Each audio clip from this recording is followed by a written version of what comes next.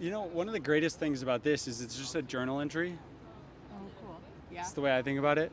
Is like, I think a lot of people feel pressure because they're like, it will be there forever. But really, it's just this moment in time forever, which means it's just a journal entry of where Mera's at in her life right now. Today. Today. That's it. You know? You could be like an entirely different person tomorrow. Okay, remind me your name and where you're coming from. Yes. So I'm James. James. Moved here to New York City from Nashville. Yeah. But really from like all over because I was traveling. I'm doing this project of interviewing 100 people to try and meet my neighbors, but do it in like the modern young way of recording podcasts, which I thought would be fun. And I'm kind of in the point of my life where I'm like finding like my either craft, like this thing that I want to obsess about and work on for a long time, or a really meaningful problem to the people in the city so that I can try and work on that. So I'm a business dude. That's what I do. I just like solve problems.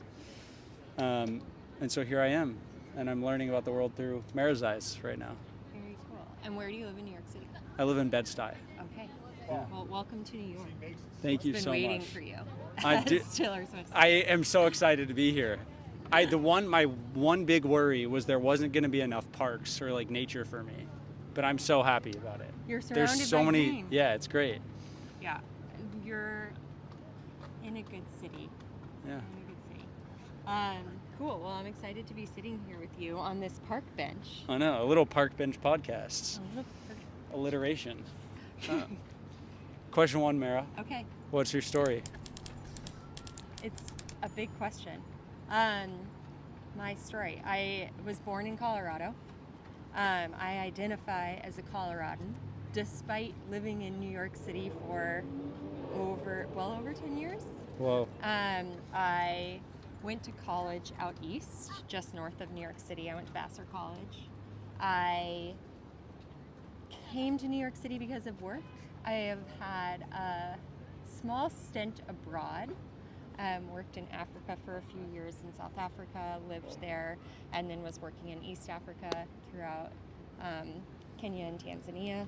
Yeah, wind. We're getting some Sorry. wind. Yeah. All good. And then moved back to New York City to start my own company. Whoa. And have been at that for over 9 years. And my life is here right now. I have my husband here, my baby here, who's just off camera. He's about to turn 1. And get to meet awesome people like you and in a similar way, learn from them and figure out my own path and where I'm going in life and continue to evolve and learn. I love it. Let me ask a curiosity question. Yeah. I hear debate on like whether or not people would want to start a family here. I imagine that was a big decision. Starting a family, period, big decision, but one here in New York is probably a big decision. What were the things that you thought about? Why did you end up going for it? It's a great question, and when I have the answer, I'm going to tell you. Okay, okay. The answer is we live here. My company is based here. Yeah. And our community is here. We have a really amazing community, and the idea of starting a family now versus in a few years, timing was right. And to be honest, we thought it would take a little longer than it did. Yeah. And very quickly we had a little one on the way, and I keep looking over at him. And so it was a bit of thinking through things and also thinking that we'd have a little more time to think through things. Yeah. And I think now there's a question of, do we stay here? And what does it look like long term? I grew up in Colorado, like I said. My husband grew up in British Columbia. So we're used to being in big, beautiful nature. Yeah. And New York City is not that, but it is big and it is beautiful in a different way. Yeah. Heard. Question number 2, Mera. Yeah. What problem in the world right now means the most to you? Okay, so my company is Supply. Supply. Which S-O-A-P P P-L-L-Y. S-O-A-P 2 P's. P-L-Y, yeah. Like supply, but with soap. Okay. And our whole reason for being is you wash your hands. I wash my hands. Everyone in the world washes their hands. We wash our hands because it's soap keeps us clean, but more importantly, we wash our hands because it keeps us healthy. And a lot of people don't realize, especially in a city like New York City where we have access to water and soap and a place to wash up, that millions of people around the world do not have access to soap and water and a place to wash up.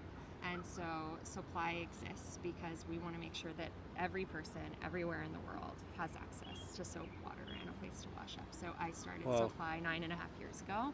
Every ounce of soap is tied to a direct donation. We fund water, sanitation, and hygiene initiatives globally. Sick. And the thinking of Supply really evolved not to just give back, but also how do we actually make products that we need, essentials that we use every single day, better for you and your health, and better for the planet, because this is our home. We depend on it, all of us.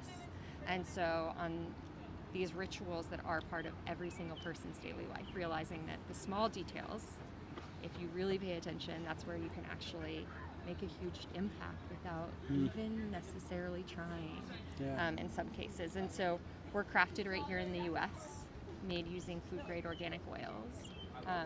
We call them our suds masters, but our soap makers have been at it for almost 30 years. And it's a true craft, and our product benefits from it. And we're EWG verified, made safe certified, none of the nasty stuff, so non-toxic before non-toxic was even cool. And But Mera's always been cool.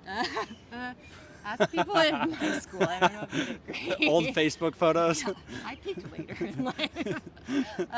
And then, we're refillable, reusable, really looking at how we're sourcing ingredients, but also how we're packaging. And then, like I said, every ounce is tied to a direct donation. So more specifically, every 8 ounces is a $1 donation that funds water, sanitation, hygiene. Let's go, Mera. This reminds me of so many different stories of Tom's shoes. Yeah. And how Tom's shoes gave a pair of shoes every pair of shoes they sold. It reminds me of Charity Water. Yeah. Which Scott Harrison. Yeah. He looks a little bit like Scott, actually. The gray hair. I actually looked at my husband because he ran programs for Charity Water. Yeah. He's a water engineer. There we go. Yeah. Small world. I read the book Thirst. Yeah. Right before I moved here. Oh, really? Okay. So it's top of my mind. Amazing. And we're a big water family. So as you important. Can imagine. The stats on it are crazy. So the stats for people, it's 1.7 million people die a year from not having enough clean water. And MAPS, which is like hygiene and the problem that you're solving, which is the population of Phoenix every year. Yeah, and it's a depressing statistic. So specific to hand washing, it's 1.4 million children under the age of 5 lose their life because of diseases we could prevent entirely through the simple act of hand washing. And it's not sexy, it's like diarrheal disease, it's respiratory disease. These are real, and we all know what they are. But here in the US, you get diarrhea, you go home, it's a little embarrassing, it's awkward, you come back to work the next day. And in regions of the world that don't have access to water, sanitation, and hygiene, you have kids that are going home from school sick and not coming back.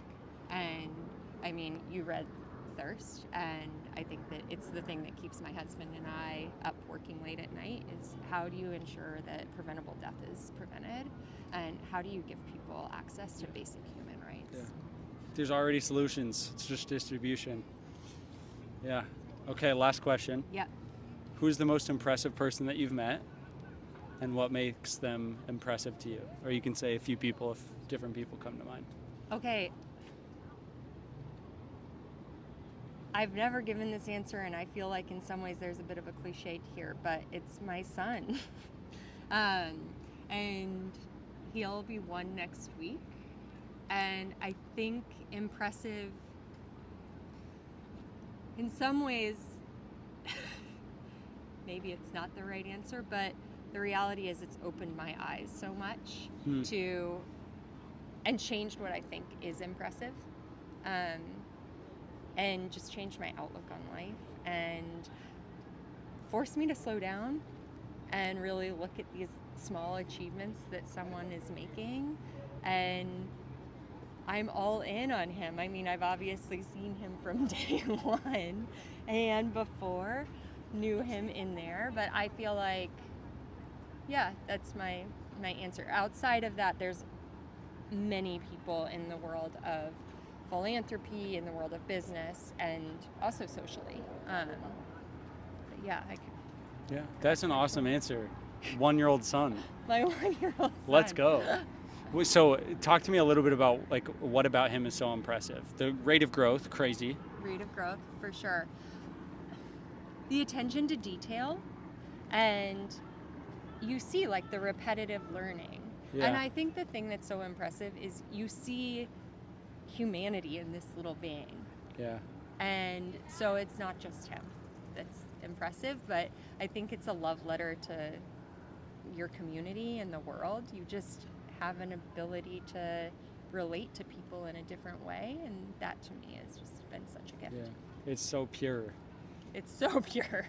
Yeah. May he remain pure for a while longer. May his father and I keep him sheltered a bit longer, at least. In a place like New York City, it can feel a little daunting to try to do that, but yeah, it's very, very cool to see him experience music, to see him experience reading and like storytelling and engage with people, and you walk through the streets with him and he just deadpan waves at everyone, and it's amazing to see other people react to that too. And I think you just get the best of other people in those moments too, which is also such a gift.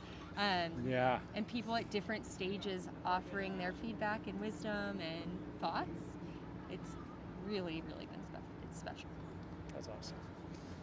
Extra credit question. Okay, give it to me. Super simple, fast answer. Okay.